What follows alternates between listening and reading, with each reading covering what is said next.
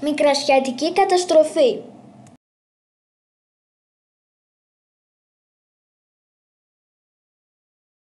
Ιστορία του έθνους μας.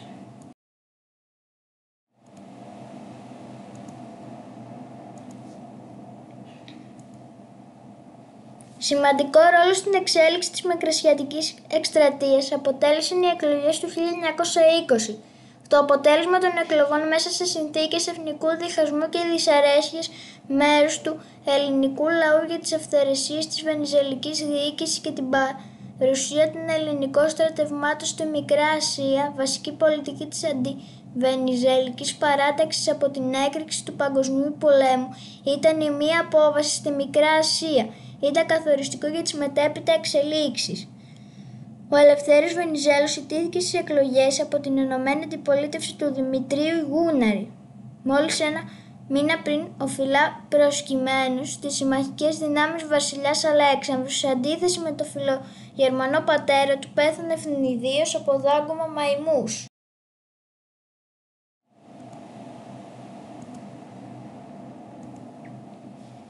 Αίτια Μικρασιατικής καταστροφής, μέρος δεύτερο.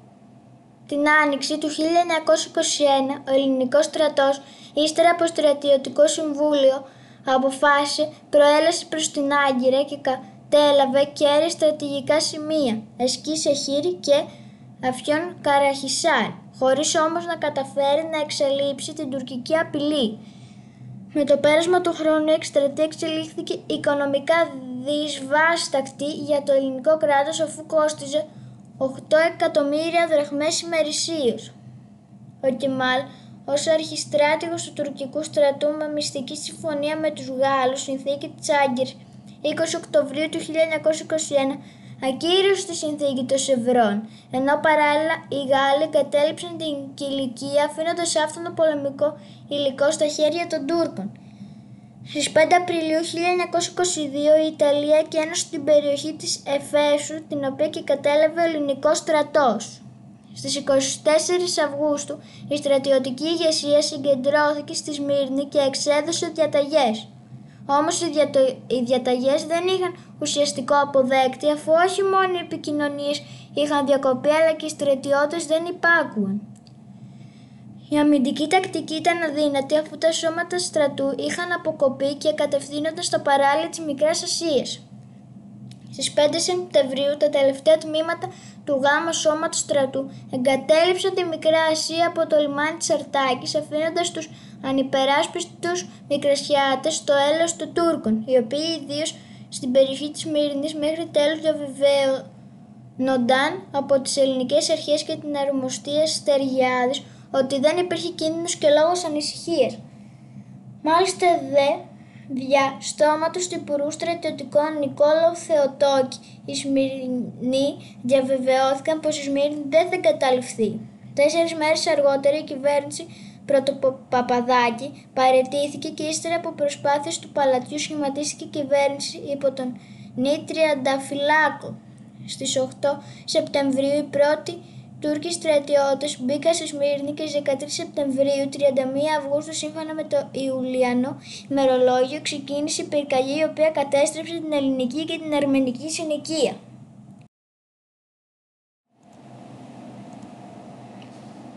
Οι Έλληνες τρέπονται σε φυγή από τη Σμύρνη. Συνολικά η Μικρασιατική εκστρατεία είχε ως αποτέλεσμα πάνω από 25.000 νεκρούς και τραυματίες στρατιώτες από ελληνικής πλευράς. Πάνω από 1,5 εκατομμύριο Έλληνες αναγκάστηκαν να εγκαταλείψουν τις αιστείες των προγόνων τους και να έρθουν σαν πρόσφυγες στην Ελλάδα, αφήνοντας πίσω τους πάνω από 1 εκατομμύριο νεκρούς. Σύμφωνα με τα στοιχεία που έδωσε ο Ελευθέριος Βενιζέλος με το υπόμνημά του στη συνδιάσκεψη της Ειρήνης του Παρισιού, στη Μικρά Ασία ζούσαν 1.694.000 Έλληνες, στη Θράκη και την περιοχή της Κωνσταντινούπολης 731.000, στην περιοχή της Τραπεζούντας 350.000 και στα Άδωνα 70.000. Σύνολο 2.845.000 Έλληνες, που αποτελούσαν το 20% του πληθυσμού της περιοχής, που κυριαρχούσε οικονομικά, είχε δε καταφέρει να διατηρήσει την πολιτιστική του κληρονομιά, παρότι αποτελούσε μειονότητα σε εχθρικό περιβάλλον.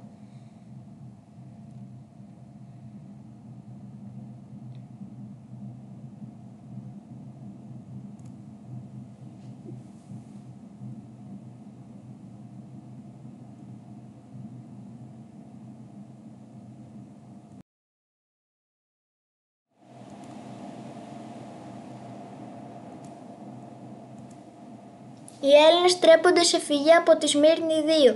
Οι Τούρκοι ήθελαν να εξαφανίσουν κάθε ελληνικό στοιχείο από τη Μικρά Ασία, προβαίνοντας σε ανύποπτα εγκλήματα, σύμφωνα και με τις μαρτυρίες των δυτικών αυτόπτων μαρτύρων, μαζικές πυρπολίσεις κτηρίων και ανθρώπων, βιασμοί. Αποκορύφωμα αποτέλεσε η πυρπόληση της αρμένικης και της ελληνικής συνοικίας της Σμύρνης. Το κάψιμο των σπιτιών ανάγκασε τους κρυμμένους σε αυτά χριστιανούς να βγουν έξω στους δρόμους, με αποτέλεσμα και οι τελευταίοι που είχαν γλιτώσει από τις προηγούμενες φαγές να πέφτουν στα χέρια των Τούρκων και να υφίστανται τρομερούς βασανισμούς πριν το θάνατό τους. Μεταξύ των θυμάτων υπήρξαν και μεμονωμένες περιπτώσεις φόνων δυτικών, όπως του Βρετανού συνταγματάρχη Μέρφυ, που σκοτώθηκε να προσπαθούσε να προστατέψει το προσωπικό του από αρπαγές και βιασμούς, ή του Ολλανδού εμπόρου Όσκαρ Ντε Γιόγκ και της γυναίκας του.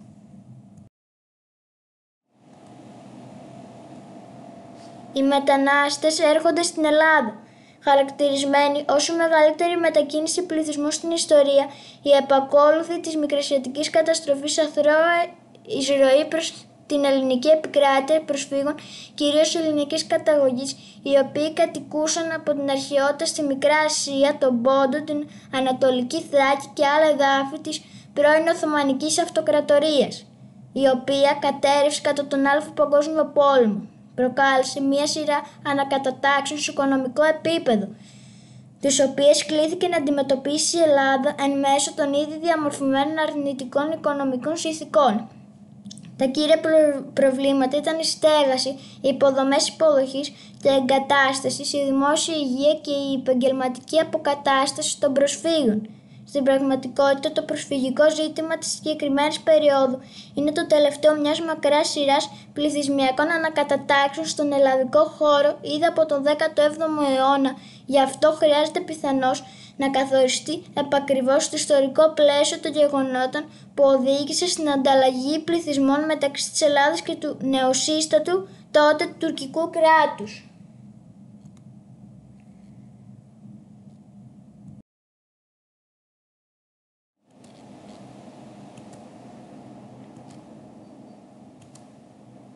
Οι μετανάστες έρχονται στην Ελλάδα.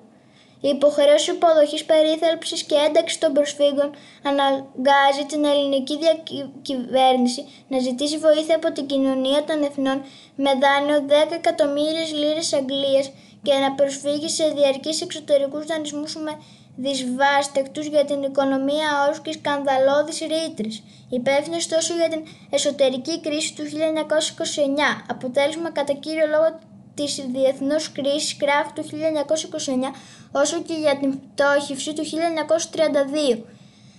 Το 1923 ιδρύθηκε αυτόνομος οργανισμός με την επωνυμή Επιτροπή Αποκατάστασης Προσφύγων ΕΑΠ, με έδρα την Αθήνα, υπό την εποπτεία της ΚΤΟΕ και υπό την προεδρία του Αμερικανού διπλωμάτη Ερίκου Μοριγκεντάου, με τετραμελές συμβούλιο και με σκοπό την οριστική στέγαση και την απασχόληση των προσφύγων. Για την περίθαλψή τους διατέθηκαν πόροι του ελληνικού κράτους, συνέσφεραν ιδιωτικές οργανώσεις και βοήθησαν οργανισμοί όπως ο Βρετανικός Ερυθρός Σταυρός, ο Σουηδικός Ερυθρός Σταυρός, ο Αμερικανικός Ερυθρός Σταυρός και άλλα. Ιδιαίτερα τα πρώτα χρόνια της άφιξής τους, η μικρασιά της Έλληνες πρόσφυγες παρουσίασε μεγάλη κινητικότητα στις μετακινήσεις τους, περιφερόμενοι σε αναζήτηση μόνιμης εγκατάστασης από τις αστικές προς τις αγροτικές περιοχές και παρά τις επιδιώξεις των διαδοχικών κυβερνήσεων για αύξηση της αγροτικής παραγωγής. Η ίδια η ΕΑΠ φρόντισε ώστε οι αστεί, στην πλειοψηφία τους πρόσφυγες, που προέρχονταν από τον ίδιο οικισμό ή ευρύτερη περιοχή, να εγκαθίστανται μαζί στο ελληνικό έδαφος ως μικροϊδιοκτήτες και συνεπώς αρνητές του κομμουνιστικού κινδύνου, έτσι όπως τον έβλεπε ο παρεμβατισμός της κοινωνίας των εθνών στο έργο της ΕΑΠ και της Εθνικής Τράπεζας της Ελλάδος. Η προσπάθεια μαζικής μετακίνησης προσφυγικών πληθυσμών στη Μακεδονική γη, πέραν της αναπτυξιακής αγροτικής πολιτικής, εξυπηρέτησε και τον πολιτικό στόχο της αντικατάστασης των Σλαβόφωνων που μετανάστευαν αναγκαστικά είτε προς τη Βουλγαρία και τη Σερβία είτε προς τις χώρες του νέου κόσμου.